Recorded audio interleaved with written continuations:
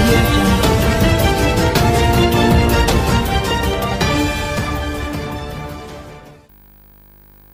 పొద్దున్నుంచి నేను ఒక 8 గ్రామాలు తిరిగిన, ఇక్కడికి లాస్ట్కి ఇక్కడికి వచ్చిన. ఏ ఊరికి పోయినా కూడా ఇదే సంతోషం కనబడతా ఉంది, ముఖాల్లో చూస్తే ఒక ఆనందం కనబడతా ఉంది.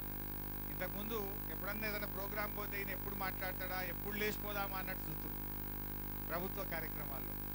కానీ ఎంతసేపు అయినా ఒక్క మనిషి కదలకుండా చిరునవ్వుతో ఇవాళ ప్రజలందరూ కూడా ఈ కార్యక్రమంలో పాల్గొంటా ఉన్నారు. నేను 14 ఏళ్ళకెళ్ళి ఎమ్మెల్యేగా మంత్రిగా ఉన్నా, అనేక ప్రభుత్వ కార్యక్రమాల్లో పాల్గొన్నా.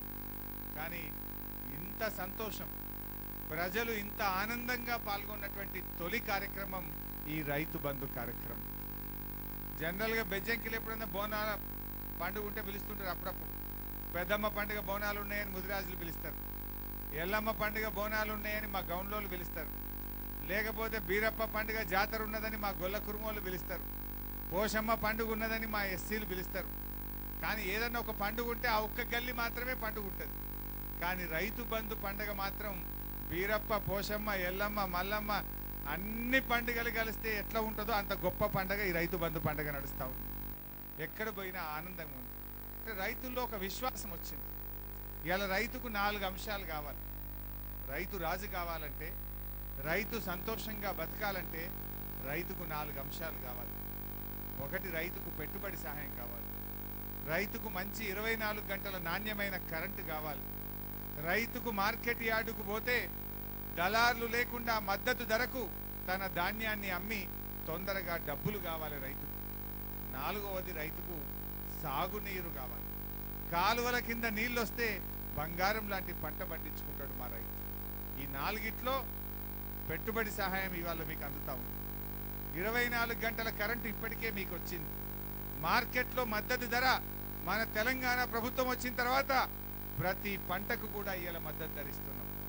కాంగ్రెస్ వాళ్ళు ఉండగా ఎప్పుడన్నా శనగలు కొన్నారా, కందులు కొన్నారా, పెసర్లు కొన్నారా, మినుములు కొన్నారా? ఇవాళ మన ప్రభుత్వం వచ్చిన తర్వాత ప్రతి పంటకు కూడా మద్దతు ధర ఇచ్చి రైతుకు మార్కెట్లో ధర కల్పించినటువంటి ప్రభుత్వం టీఆర్ఎస్ ప్రభుత్వం.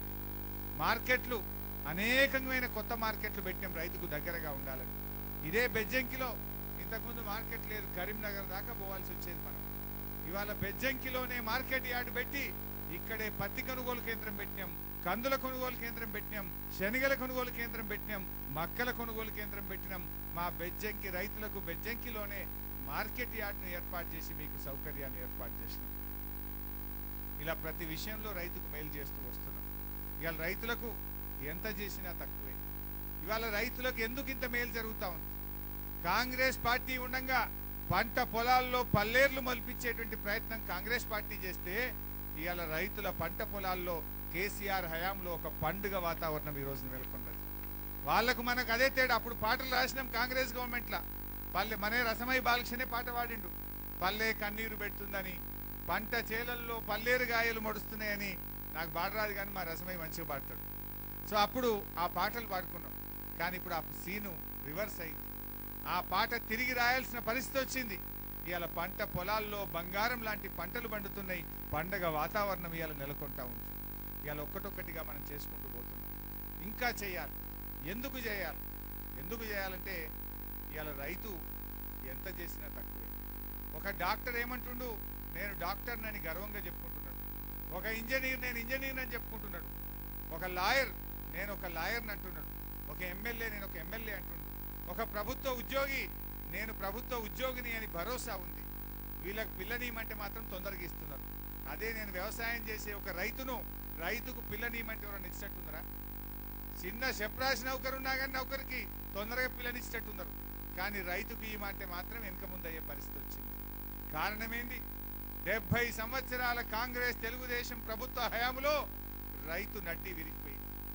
రైతు బతుకు ఆగమైపోయింది. ఒక 50 ఏళ్ల కింద, ఒక 60 ఏళ్ల కింద పెద్దల్ని అడిగితే చెప్తారు.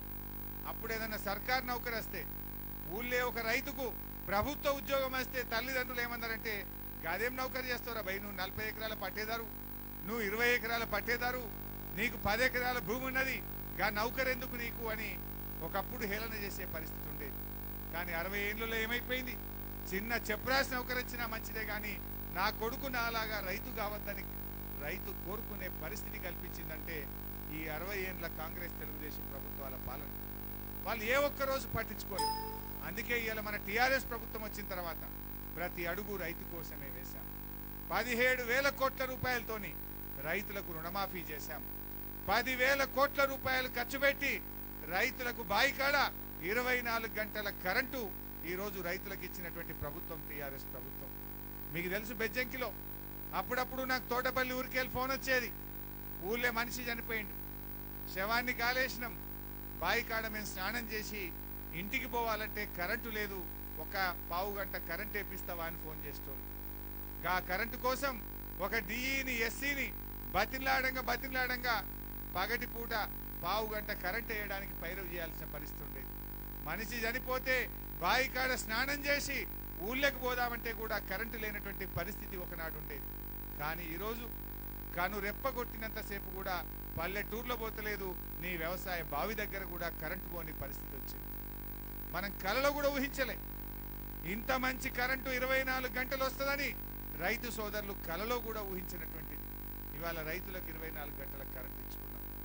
అదేవిధంగా రైతుల కోసం 1000 కోట్ల రూపాయలతోని మండలానికి ఒక గోడౌన్ కట్టినాం. మన బెజ్జంకి కాడ 10,000 మెట్రిక్ టన్నుల గోడౌన్ కట్టినాం. ఇవాళ ఎంత పంట పండినా కొంటున్నారు, ఏ రకమైనటువంటి ఇబ్బంది లేదు. మార్కెట్లను ఆధునీకరించినాం, కొత్త మార్కెట్. వీడియో నచ్చిందా? అయితే ఓ లైక్ వేసుకోండి, లేదంటే ఓ కామెంట్ చేయండి.